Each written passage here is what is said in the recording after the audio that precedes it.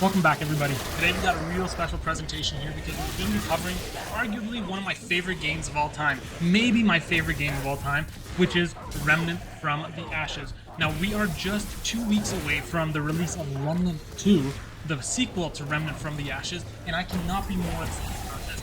Remnant 1, I put hundreds of hours into, and I still come back to it every once in a while because I want to experience it again and again and again. Now, this game kind of went under the radar for a little while until it started to become a cult classic. The game itself is Souls-like, but with guns. It is not a looter shooter. It is a Souls-like with guns. So if you like Souls games and you like gun games, this is going to be right up your alley.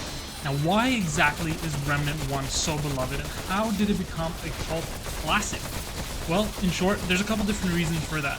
Let's start off and talk about the build diversity, because that is by far the strongest point to Remnant from the Ashes. Right? After all, when we play Elden Ring, when we play Dark Souls 3, when we play Bloodborne, one of the most important things that we like to see is that we're able to do different builds in different times. Let's say you're playing Elden Ring. Maybe the first time around, you're going to play Rivers of Blood with a Dexterity Arcane build. Second time around, you're going to use some kind of Ultra Great Sword. So you have lots of different options, and that's where these Souls-like games really shine. This is also one of Remnant from the Ashes' greatest strengths, right?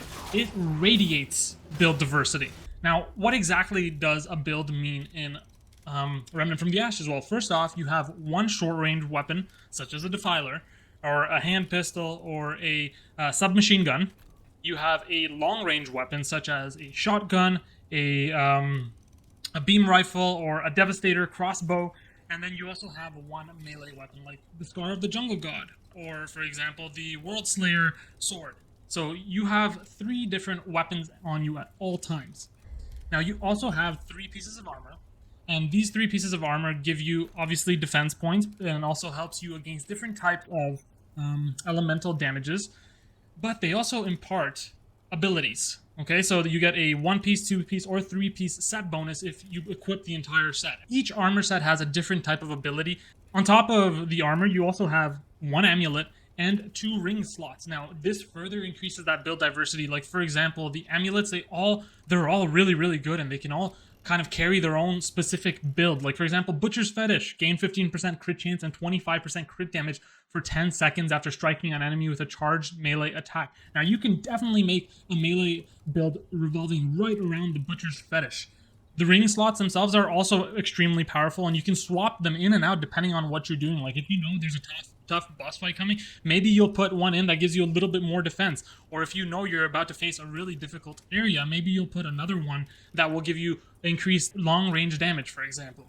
So there are multiple ways of doing this. Now, I think I saved this one kind of for the last, and that is the mod slots, because the mod slots are literally the best part about the build diversity in Remnant from the Ashes. Now, what are mod slots? So each of the short-range and long-range weapons is going to have a mod slot available to it. You are going to be able to put mod slots in there that you acquire over time from bosses, from the world, etc., and you are going to be able to swap them in and out depending on whatever you want to do, and they all have really, really cool abilities. Like, for example, Radioactive Volley. It fires a volley of 6 radioactive projectiles that bounce off of the environment and deal radiation damage.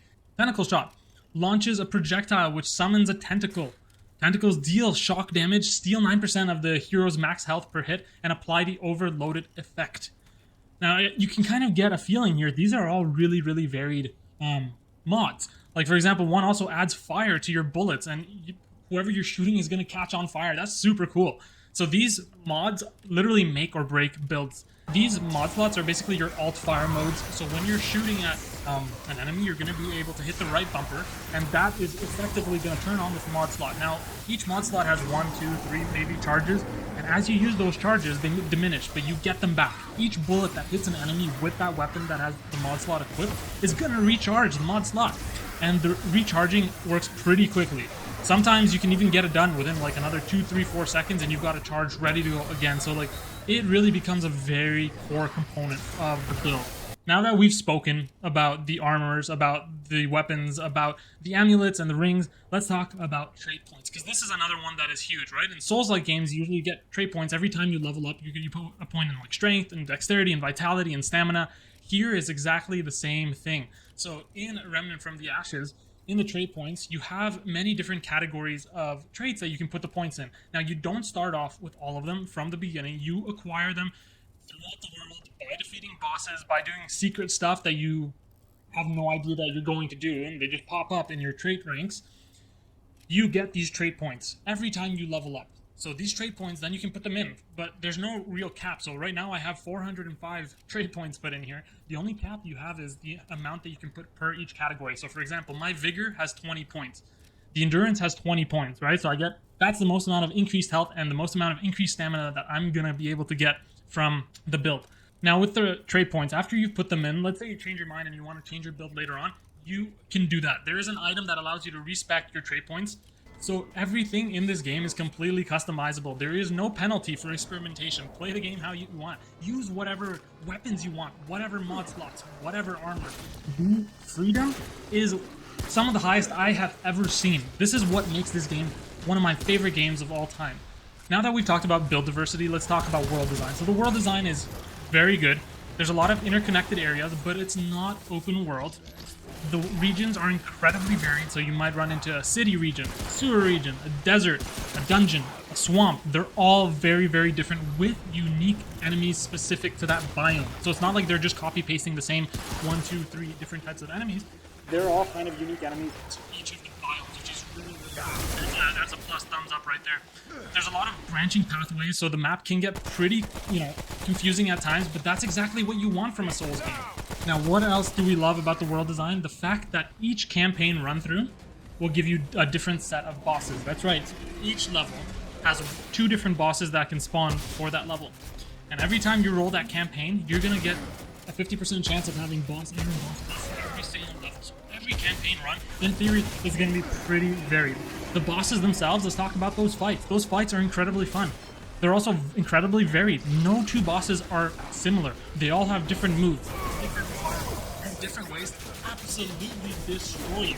The boss fights themselves are fair and punishing, and that's exactly what you want to see. So we're going to give a little note to Elden Ring and Melania.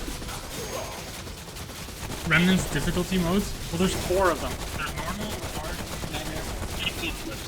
So normal itself is a decent challenge. It's pretty difficult. And Apocalypse is kind of like the, oh my god, what did I get myself into difficulty? It is incredibly difficult. Things will absolutely one-shot you, but it is a ton of fun. So if you really want something that is going to be very, very challenging, there are 4 different difficulties to choose from here. Now, I've told you guys pretty much everything I want to cover for Remnant 1, and why it's my favorite game, and why I think it's so amazing. But now let's talk a little bit about Remnant 2. Remnant 2 is coming out July 25th, and it's just going to be more of everything you loved about Remnant 1. It's going to be more weapons, more bosses, more environments, more build diversity. There's archetypes now, so you're going to be able to choose from 1 to 4 different types of archetypes. When you're starting your game, your character is going to be that particular archetype. You're going to have specific abilities from that archetype. Now, the game itself takes Remnant from the 1, and it builds upon it, which is exactly what you want to see from a sequel. I'm not going to go too much more into Remnant 2, because the primary focus of this video was Remnant 1 and why you should play it to get hyped for Remnant 2. It also goes on sale super, super cheap. The complete edition is like 15 bucks for the main game and 2 DLCs, which are both incredibly varied. One adds like a survival mode, and the other one adds a pretty tough boss with a bunch of new weapons. Definitely worth it. Both of them are really, really cool. Guys, check out Remnant 1 if you haven't heard of it. If you're new to this, Remnant 1 has something to offer for everybody. If you guys enjoyed this video, please like it. Subscribe to the channel. There's going to be a lot more where this comes from, and I'll catch you guys next time. See ya.